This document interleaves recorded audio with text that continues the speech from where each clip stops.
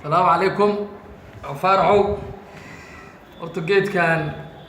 geed niyaan dhihina waa horta qumbe qumbe mardaaf ayaa la yidhahdaa ilaahay amarkii waa shayga keliya ee saddex qaybood aan dhahnaba afar qaybood oo ilaahay uu ku koobay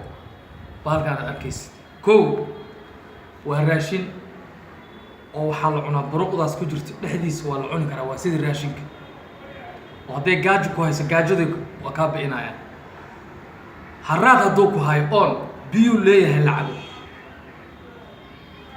maasha allah biyahaas aad u macaan badan yihiin xitaa waxay galaan qofka hadduu faleebo la-aan ku dhacdo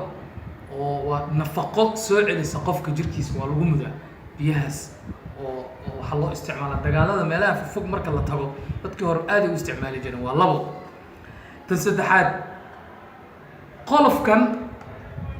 wuxuu leeyahay waa la shado karaa qabow hadduu ku haayo ama waxaad wax ka korsatay haysan qolofkiisaasaad intaad qabsatad shidanaysaa oo aad wax ku shubatad saaranaysaa wax ku karsanaysaa meeqaan haysanaa qolofkii buruqdii biyihii midka afraad waa difaac difaac aad ku geli karto dhagax haddaad saas u qabsato qofka dad tiraahdo yaa haddaad tiraa waa ka cabsan culle madaxa iyo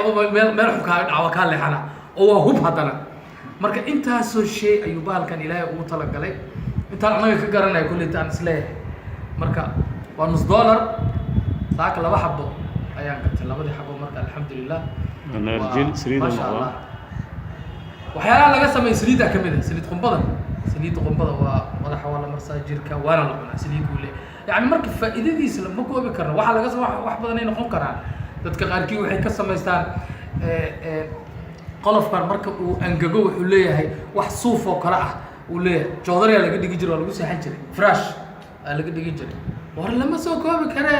caga baalka haddaa aragta ya basbaas bajiye lagu sameynaa haa kan taljibi haa war maashi